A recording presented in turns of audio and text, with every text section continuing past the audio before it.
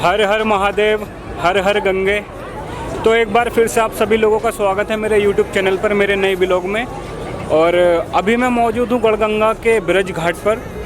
जो स्नान घाट है ये ब्रज घाट है, और इस घाट का जो नाम ब्रज घाट पड़ा है वो इसलिए पड़ा है कि यहाँ पर एक रेलवे और दूसरा दिल्ली से लखनऊ, लखनऊ से दिल्ली आने जाने के लिए जो ब्रिज बनाए गए हैं, इन ब्रिज की वजह से ही इस स्नान घाट का नाम ब्रज घाट रखा गया है। गढ़मुक्तेश्वर एक प्राचीन तीर्थ स्थल है। यह गंगा के तट पर जनपद हापुड़ के आखिरी छोर पर राष्ट्रीय राजमार्ग NH-24 पर गाजियाबाद से मुरादाबाद की ओर 80 किलोमीटर की दूरी पर बसा है। गंगा तीर्थ नगरी गढ़मुक्तेश्वर का उल्लेख प्राचीन ग्रंथों में भी है। वहीं हिंदुओं का अति प्राचीनतम एवं प्रमुख तीर्थ स्थल मर्यादा पुरुषोत्तम भगवान श्री राम के पूर्वज महाराज शिव ने अपना चतुर्थ आश्रम गढ़मुक्तेश्वर में ही व्यतीत किया था। भगवान शिव ने भगवान श्री परशुराम द्वारा यहाँ शिव मंदिर की स्थापना कराई थी। उस समय गढ़मुक्तेश्वर खांडवी वन क्षेत्र के नाम से जाना जाता था।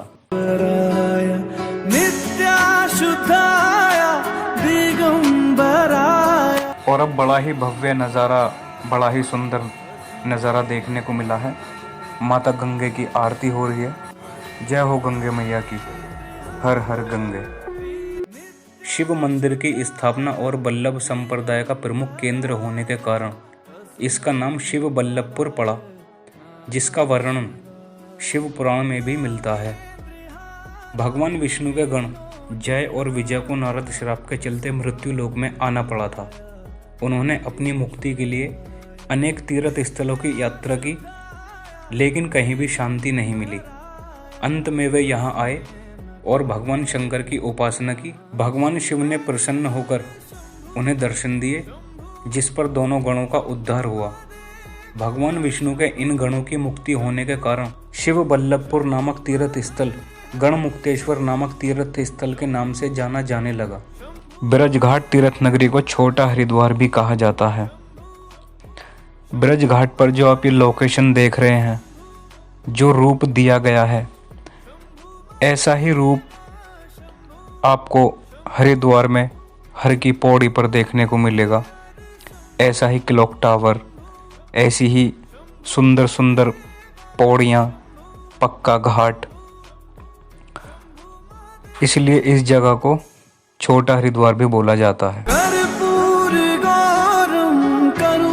ब्रज घाट में स्नान घाट पर साफ सफाई का बहुत अच्छा खासा ध्यान रखा गया है, आप सब देख सकते हैं।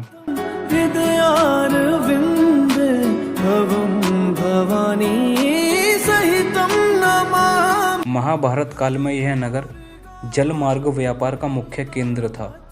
यह हस्तिनापुर राज्य की राजधानी का एक हिस्सा रहा है।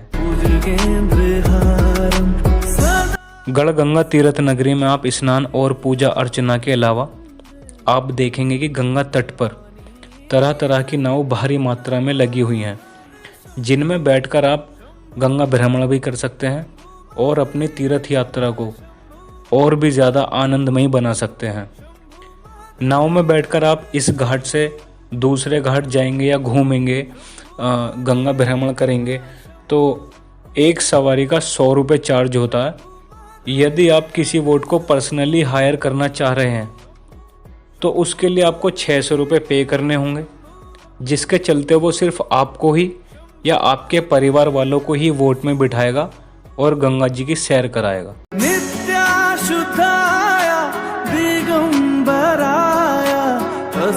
गढ़गंगा तीर्थ नगरी में आप देखेंगे कि जगह जगह पर फूल बेचने वाले या गंगा जल भरने के लिए बोतलें बेचने वाले या भगवान का प्रसाद बेचने वाली जो दुकानें हैं, वो थोड़ी थोड़ी दूरी पर आपको सजी मिलेंगी।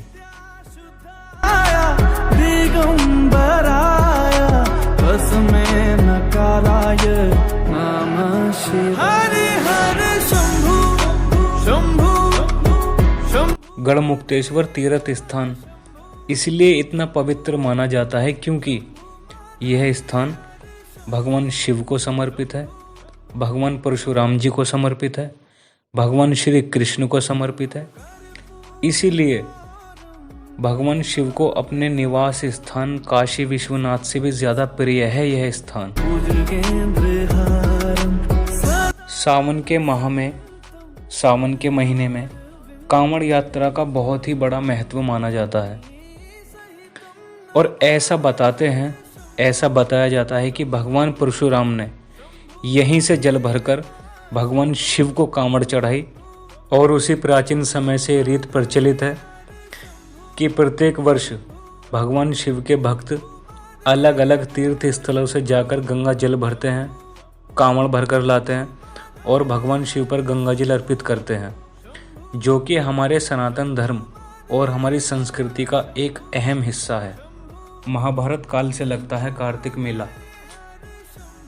पवित्र पावनी गंगा मैया के किनारे गढ़गंगा खादर क्षेत्र के रेतीले मैदान पर लगने वाले कार्तिक गढ़ मेले का इतिहास भी कई हजार वर्ष पुराना है।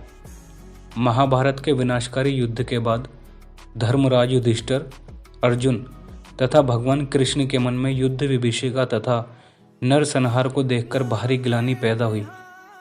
युद्ध में मारे गए कुटुंबियों, बंधुओं एवं निर्दोष व्यक्तियों को आत्मा की शांति किस प्रकार मिले तथा उनका मृत्यु संस्कार कैसे पूर्ण किया जाए, इस पर गंभीर चर्चा हुई।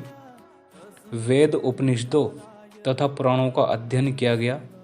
भगवान श्री कृष्ण की अध्यक्षता में, उनकी उपस्थिति में सभी विद्वानों ने सर्वसम्मति से निर्णय लिया कि खांडवी वन में भगवान परशुराम द्वारा स्थापित शिव वल्लभपुर नामक स्थान पर मुक्तेश्वर महादेव की पूजा एवं यज्ञोपरात पतित पावनी गंगा मैया में स्नान करके पिंडदान करने से सभी संस्कार पूर्ण हो जाएंगे। इस निर्णय का सभी विद्वानों ने एक मत से स्वागत किया। तत्पश्चात शुभ मुहूर्त निकाला गया। कार्तिक मास की शुक्ल पक्ष की अष्टमी को गौ पूजन करके गंगा जी में स्नान किया तथा एकादशी को गंगा जी के रेतीले मैदान में अपने सभी पूर्वजों के उत्थान हेतु धार्मिक संस्कार करके उन्हें पिंडदान किया। यही एकादशी देवोत्थान एकादशी देवोत्थान कहलाई। इस प्रकार एक सप्ताह तक यह धार्मिक उत्सव संपन्न होने पर संतोष व्यक्त किया। तभी से यहाँ कार्तिक मेला लगता है, जिसमें उत्तर प्रदेश के अलावा हरियाणा, राजस्थान, पंजाब व दिल्ली जैसे अलग अलग राज्यों से श्रद्धालु अपने स्वर्गीय परिजनों का पिंडदान करने और अन्य धार्मिक अनुष्ठानों के लिए 30 लाख से भी ज़्यादा श्रद्धालु यहाँ पहुँचते हैं।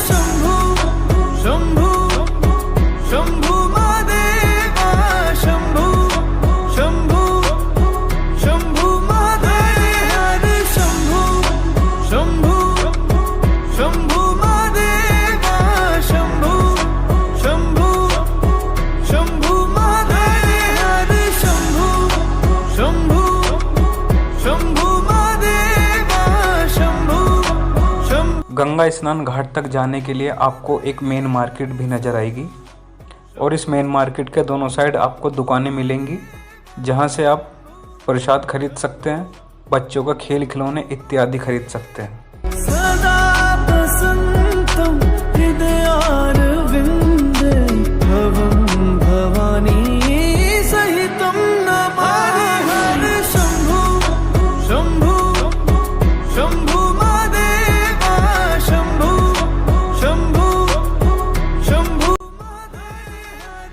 ब्रज घाट गढ़गंगा तीर्थ नगरी में आपको खाने पीने के लिए रेस्टोरेंट, ढाबे और रुकने के लिए, स्टे करने के लिए धर्मशालाएं और होटल भी मिलेंगे।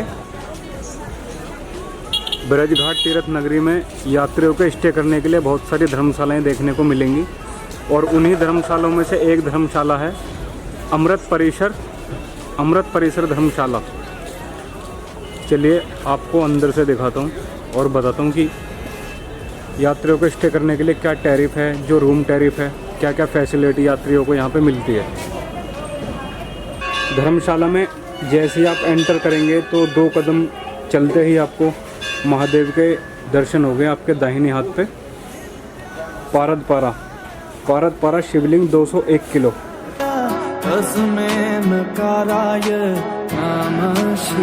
201 किलो का शिवलिंग है भगवान भोलेनाथ का, जो कि पारे से बना है। धर्मशाला में जब आप अंदर एंटर करेंगे तो भगवान श्री तिरुपति बालाजी की बहुत ही भव्य प्रतिमा आपको देखने को मिलेगी और उनकी सेवा में पंडित जी यहाँ पे बैठे हुए हैं। चलिए आगे बढ़ते हैं। कलयुग में महाविष्णु जी का 24वां अवतार कल्कि भगवान। ओम नमो भगवते वासुदेवाय नमः। शंभु महादेवा शंभु शंभु शंभु महादेव। ये पालने में लड्डू गोपाल जी हैं जो झूला झूल रहे हैं। अमृत परिसर धर्मशाला में सिंगल्स के लिए या फैमिली के लिए 600 रुपये से लेकर 1500 रुपये तक एसी और नॉन एसी आपको रूम मिलेंगे। अपने बजट के हिसाब से, अपनी सहूलियत के हिसाब से आप रूम टैरिफ ले सकते हैं। अमृत परिसर धर्मशाला की दूसरी मंजिल पर जब आप पहुंचेंगे तो आपको भगवान जगन्नाथ और उनकी बहन सुभद्रा और भाई बलभद्र जी के दर्शन होंगे। अमृत परिसर में ही आपको एक अद्भुत चीज़ देखने को मिलेगी। ये जो पत्थर आप देख रहे हैं पानी में जो तैर रहे हैं, ये वही पत्थर हैं राम सेतु पत्थर, जो भगवान श्री राम ने और उनकी वानर सेना ने श्रीलंका जाने के लिए जो राम सेतु पुल का निर्माण किया था, उसमें जो पत्थर लगे थे, ये वही पत्थर हैं। अमृत परिसर की तीसरी मंजिल पर जब आप पहुंचेंगे तो देखेंगे कि आपको 108 शिवलिंग के दर्शन होंगे। 108 शिवलिंग जो आपको दिखेंगे, इनका ये महत्व है कि जिसको काल सर्प दोष लग जाता है उसके निवारण के लिए यहाँ पे पंडित जी काल सर्प दोष की पूजा कराते हैं।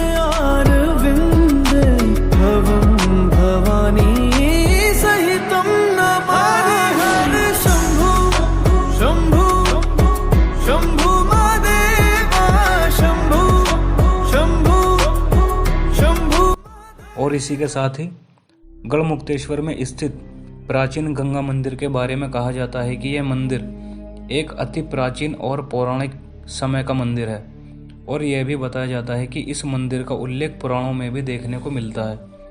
माता गंगा का ये मंदिर शहरी आबादी के एक छोर पर लगभग 80 फीट ऊंचे टीले पर बना हुआ है, जबकि गंगा नदी यहाँ से लगभग 4 किलोमीटर की दूरी पर है। इसके अलावा 80 फीट ऊंचे टीले पर बने इस मंदिर तक जाने के लिए जो सीढ़ियां बनी हैं, वो प्राचीन काल के निर्माण से जुड़े इंजीनियरिंग का एक ऐसा नमूना है जो किसी आश्चर्य से कम नहीं है। मंदिर की इन सीढ़ियों के सबसे आश्चर्य वाली बात यह है,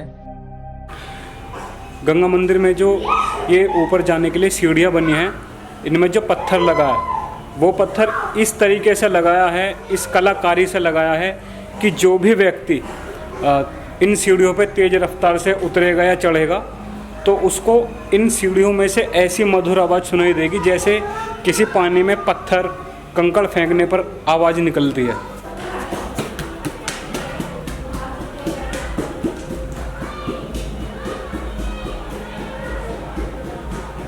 जैसा कि अभी अभी आपने देखा कि एक बच्चा सीढ़ियों के ऊपर दौड़ता हुआ गया और उसके दौड़ने से सीढ़ियों के अंदर से पानी की मधुर आवाज़ निकल रही थी, छप छप छप छप छप छप। तो यही वो चमत्कार है, यही वो रहस्य है इस गंगा मंदिर का, जो इसकी सीढ़ियों से ऐसी मधुर आवाज़ निकलती है। दीवार पर आप देख रहे हैं ये मंदिर के खुलने और बंद होने का समय लिखा है।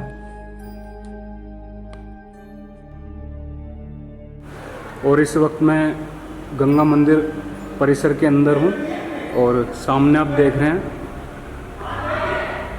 गंगा माता की प्रतिमा। ये गंगा माता है सामने। स्थानीय लोगों के अनुसार लगभग 800 से 900 साल पहले तक गंगा नदी का बहाव इतना विस्तार में हुआ करता था कि नदी का किनारा इस मंदिर के ठीक सामने तक होता था। लेकिन अब समय के साथ साथ गंगा नदी ने अपने स्थान और विस्तार में इतनी कमी कर ली है कि अब नदी का किनारा इस मंदिर से करीब 4 से 5 किलोमीटर दूर तक जा चुका है और मंदिर के इस ऊंचाई वाले स्थान से देखने पर गंगा नदी की हल्की सी झलक ही दिख पाती है, जबकि गंगा मैया के द्वारा छोड़े गए इस खाली और मैदानी क्षेत्र में अब खेती होने लगी है। इस मंदिर की स्थापना कब और किसने की, इसका कोई निश्चित प्रमाण उपलब्ध नहीं है, लेकिन स्थानीय लोग इस मंदिर का इतिहास हजारों वर्ष पुराना बताते हैं, जबकि वर्तमान में यहाँ जो मंदिर बना हुआ है इसकी संरचना को भी बने हुए लगभग 800 से 900 वर्ष हो चुके हैं। मंदिर से संबंधित मूल इतिहास के बारे में कोई विशेष जानकारी भी शायद किसी के पास नहीं है। इसके अलावा यहाँ एक 4 मुख वाली ब्रह्मा जी की सफ़ेद प्रतिमा भी है। इसके अलावा इस मंदिर में एक चमत्कारी शिवलिंग भी है। इस शिवलिंग के बारे में बताया जाता है कि इसके ऊपर प्रतिवर्ष कार्तिक माह में अपने आप ही एक विशेष आकृति अंकुरित होती देखी जाती है। मंदिर के पुजारी के अनुसार इस शिवलिंग के ऊपर वह आकृति हर बार अलग आकार एवं रूप में निकलती है, लेकिन ये सब पुरानी बातें हैं, प्राचीन बातें हैं। अब के युग में अब इस समय पर ऐसा कुछ भी देखने को नहीं मिला है शिवलिंग के ऊपर। और इसी के साथ ही हम आ पहुँचे हैं गढ़मुक्तेश्वर महादेव मंदिर के बिल्कुल समीप। तो चलिए अपने साथ साथ आपको भी मंदिर के अंदर प्रवेश कराते हैं। जय भोलेनाथ।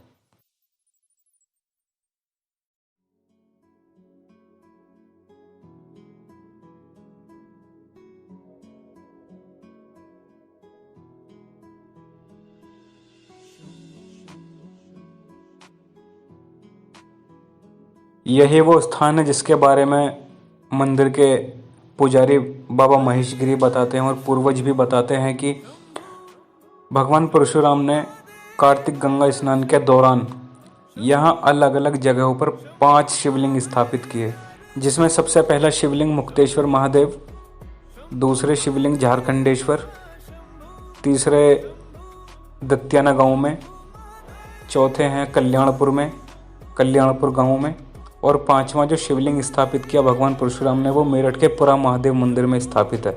गढ़मुक्तेश्वर महादेव मंदिर के बारे में ऐसा बताया जाता है कि भगवान शिव ने इस मंदिर की स्थापना भगवान परशुराम जी के द्वारा कराई और अपने गणों को मुक्ति दिलाई। गढ़मुक्तेश्वर महादेव मंदिर में भगवान परशुराम द्वारा जो शिवलिंग स्थापित है और इसकी जो वर्तमान स्थिति है, इसको देखकर अनुमान लगाया जा सकता है कि यह शिवलिंग कितने हजारों वर्ष पुराना होगा। मंदिरों में अक्सर हम सब जैसा देखते हैं कि शिवलिंग के थोड़ा ऊपर की तरफ किसी मटके में पानी भर दिया जाता है और उस मटके से जो बूंद बूंद पानी शिवलिंग पर टपकता है, सिर्फ उसी बूंद बूंद पानी के टपकने से ही इस शिवलिंग का जो रूप है वो ऐसा हुआ है। तो वास्तव में यह शिवलिंग प्राचीन काल से है, पौराणिक है।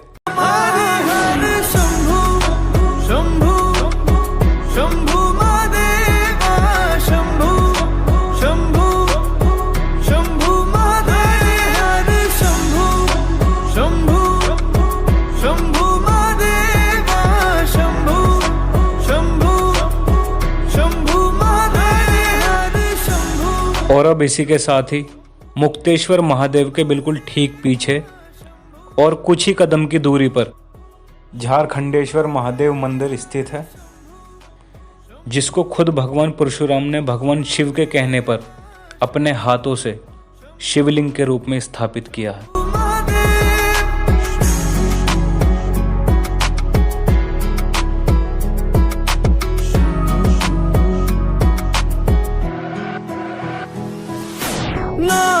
नागेंद्रहारा त्रिलोचनाया भस्मांग रगाया माहेश्वराय नित्याशुद्धाय दिगंबराय तस्मै नकाराय नमः शिवाय। नागेंद्रहारा त्रिलोचनाय भस्मांग रगाय माहेश्वराय ये वही महादेव हैं जिन्हें खुद भगवान परशुराम ने अपने हाथों से स्थापित किया था। काराय नमः शिवाय। हरे हरे शंभु शंभु शंभु महादेवा शंभु। मंदिर के प्रांगण में कुछ ही दूरी पर भगवान परशुराम जी की प्रतिमा बनाई गई है। शंभु शंभु महादेव शंभु शंभु शंभु महादेवा शंभु शंभु शंभु महादेव शंभु शंभु शंभु महादेवा शंभु। और अब इसी के साथ अंत में आपको नक्का कुआं के दर्शन कराता हूँ और इस कुएं के बारे में जो छोटी सी कथा प्रचलित है वो मैं आपको बताता हूँ। राजा नूहुश जो किसी श्रापवश गिरगिट की योनि में आ गए थे, धर्मराज युधिष्ठिर के कहने पर यहीं पर पाप मुक्त हुए थे। उन्होंने यहाँ यज्ञ कराया। यज्ञशाला के निकट मुक्तेश्वर महादेव मंदिर के प्रांगण में एक बावड़ी बनवाई थी जिसमें पतित पावनी गंगा का जल खुद ही आ जाता है। यही बावड़ी नूहुश कूप के नाम से प्रसिद्ध है, जिसको गढ़ में नक्का कुआं कहते हैं।